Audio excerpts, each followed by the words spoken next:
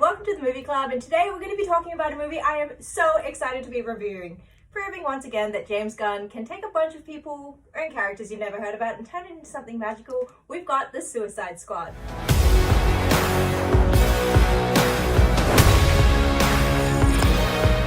Are you telling me you've never heard of Peacemaker? I mean, I've got a poster of them on my wall. Of course I have, JT. Nobody has heard of The Peacemaker. Okay, look, to be fair, I'm a massive comic book nerd and I have barely heard about The Peacemaker. I do have a 4-issue limited series from the late 80s, I believe, but look, I never thought I would see this character brought to screen, much as I would almost any of the characters in this film. Which is totally true. I consider myself a bit of a comic book nerd. I thought I would know most of the people here, but the only one that really stuck out to me was Captain Boomerang. Captain Boomerang, played by Australia's Jai Courtney, who, look, don't get too attached. I think that was one of the early lines from the promo material, but yeah. Look, he had a good run. Look, he had that whole movie that almost no one watched a few years ago, and now he's in this one. But look, there's an amazing cast here. There truly is, isn't there? I mean, we've got Idris Elba, of all people. We've got Taika Waititi making a bit of an appearance. Harley Quinn, of course, Margot Robbie, and John Cena in a role that's just perfect for him. John Cena, a professional wrestler who is really transitioning into being a really good comedic actor who looks quite good in a pair of tidy whities, I've got to say.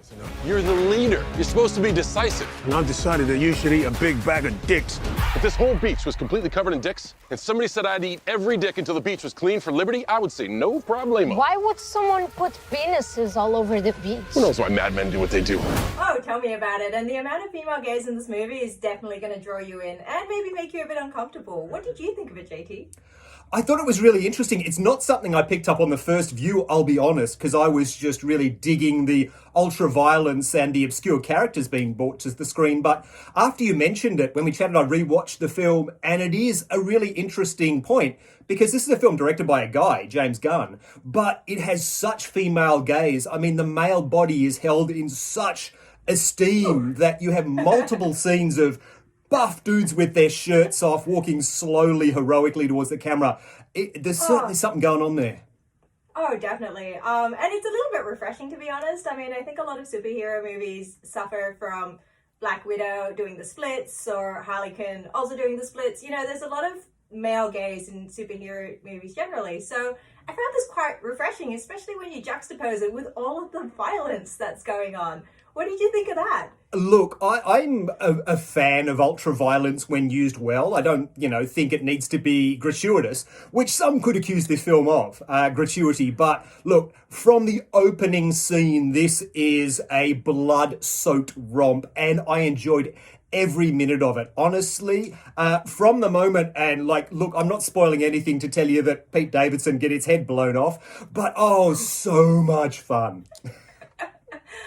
It's interesting that you talk about the violence being gratuitous, because one of the things they have happening in this movie that I don't see that quite often in most ultraviolet movies is characters reacting to characters dying.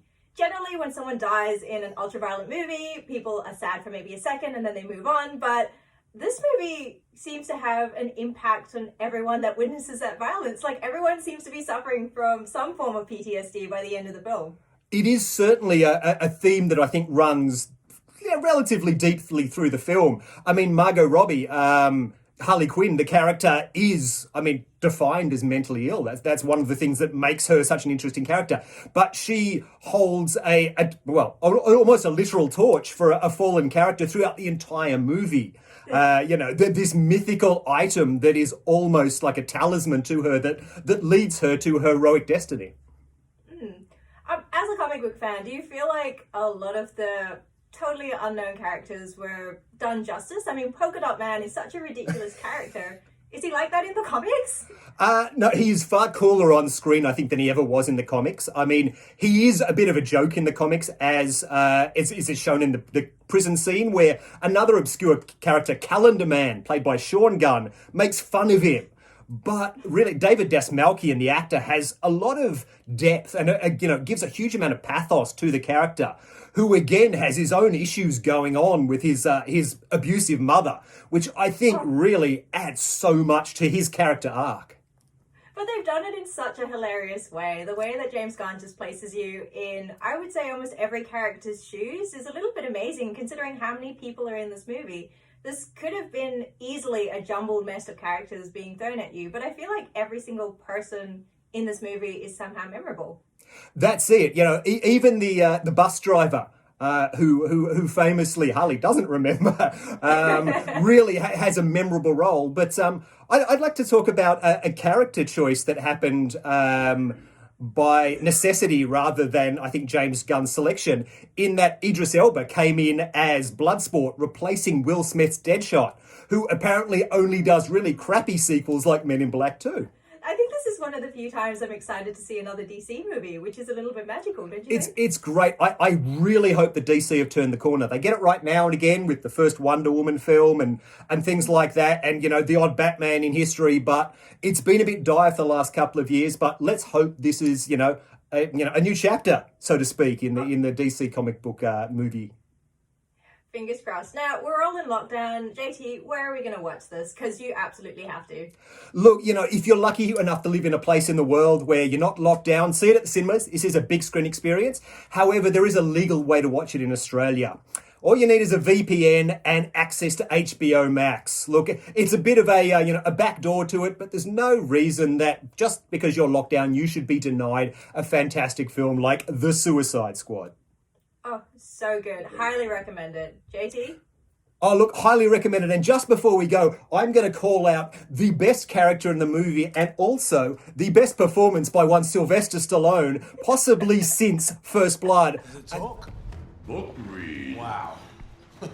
Book's upside down. You see that? It's pretending to read a book. So smart, me. Enjoy books so much. And that is King Shark.